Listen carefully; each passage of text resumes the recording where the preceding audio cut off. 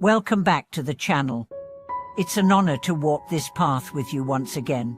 Whether you're returning for another deep dive into spiritual insight or discovering this channel for the first time, thank you for being here. Please make sure to subscribe, like the video, and share your thoughts and experiences in the comments. Today, we are entering a realm that many have dabbled in, but few have truly understood: sitting meditation. Or as it's often called, simply sitting. To many, meditation is a trendy word. It evokes images of serene faces, crossed legs, silent temples, and minimalist aesthetics. But beneath all that, what is really happening when you sit still?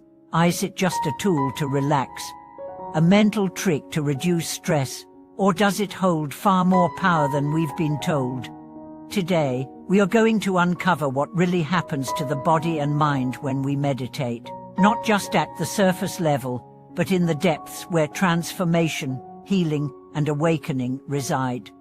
We'll explore the physical shifts, the emotional releases, and the spiritual realignments that take place when you dare to become still. Let's begin with a simple truth: sitting is not doing nothing. It is entering a sacred laboratory where every breath is a tool, every thought a specimen, and every sensation a revelation. Most people try sitting once or twice and quit.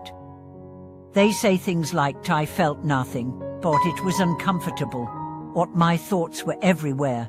But that's like walking into a forest, hearing some strange sounds, and running away because you didn't find treasure on the first tree. Meditation is not about what you get, it's about what you meet.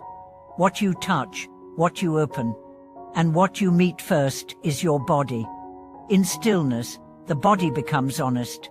It tells the truth of where your tensions lie, where your breath is shallow, where pain hides. Your shoulders speak, your spine speaks, your belly speaks. At first, it feels like discomfort, but discomfort is just communication. And when you listen, the body starts to unwind. That shoulder ache, maybe it's grief. That tight jaw, maybe it's anger you never voiced. That sinking chest, perhaps fear waiting to be felt. Stillness is not silence, it's dialogue. Your body wants to talk to you. It has been waiting for years. Sitting gives it the chance. Then comes the mind. The mind, used to constant stimulation, resists. It floods you with thoughts, memories, plans, judgments. This is not failure. This is exposure. You're not getting worse at meditation. You're becoming aware of how noisy you've always been. That's the beginning of wisdom. Imagine a glass of muddy water. Shake it, and it's opaque. Let it rest, and the sediment settles. Meditation is letting the mind settle, not by force, but by presence. You watch, you breathe, you don't chase the thought. You don't fight the thought. You let it float by, like a cloud across the sky. Eventually, clarity emerges not because you grabbed it, but because you stopped stirring the mud. But the real magic happens beyond thought. When the breath deepens, the body softens, and the mind loosens, something ancient awakens. A rhythm, a current. A sensation that the ancients called ki, or life energy. This is not fiction. Modern research now confirms that in deep meditative states, the body shifts into parasympathetic dominance healing mode. Blood pressure drops, digestion improves, inflammation decreases, but more than that, subtle energy begins to flow. You may feel warmth rising, tingling in your limbs, pulses at your spine. These are not hallucinations. They are signs that your energy channels, long blocked by stress and trauma, are beginning to reopen. The body, once dormant, is beginning to remember its own power. But this can also trigger release. Some people cry during meditation. Others laugh. Some feel agitation. This is not regression. It's detox. Just as a fever burns out illness, meditation can stir up stored emotional toxins, grief, rage, fear that were trapped in the tissues for years. There's a man who once told his teacher, "I feel worse after meditating. My chest hurts. I want to scream." The teacher said, "Good.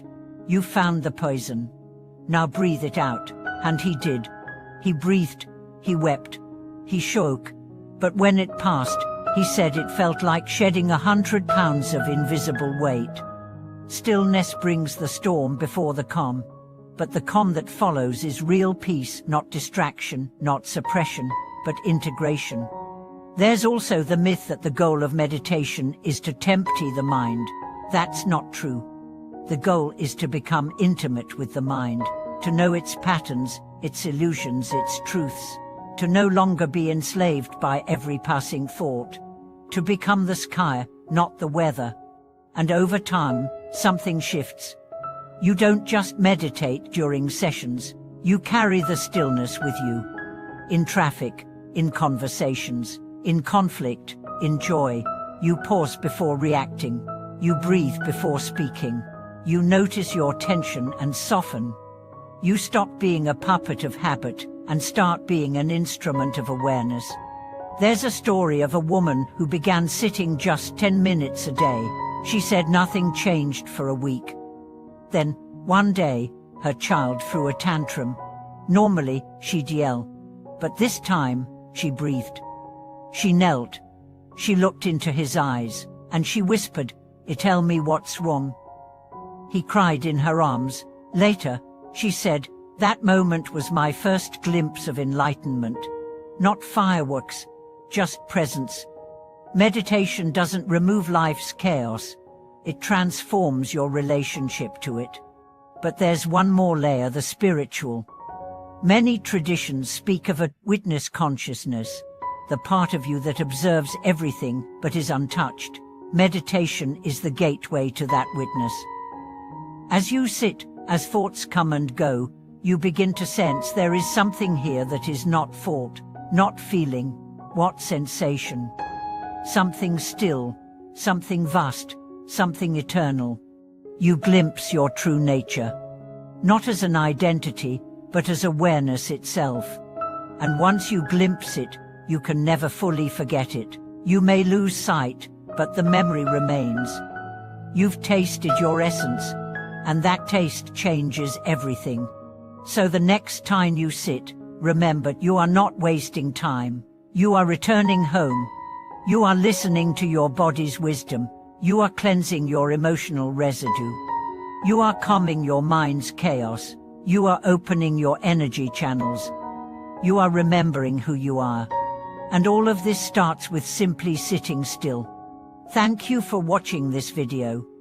If sitting meditation has impacted your life, if you've ever found peace, clarity, or healing through it, share your story in the comments below. Let's inspire and support each other on this path of awakening. Don't forget to like, subscribe, and join us for future explorations into the profound practices that nourish our souls.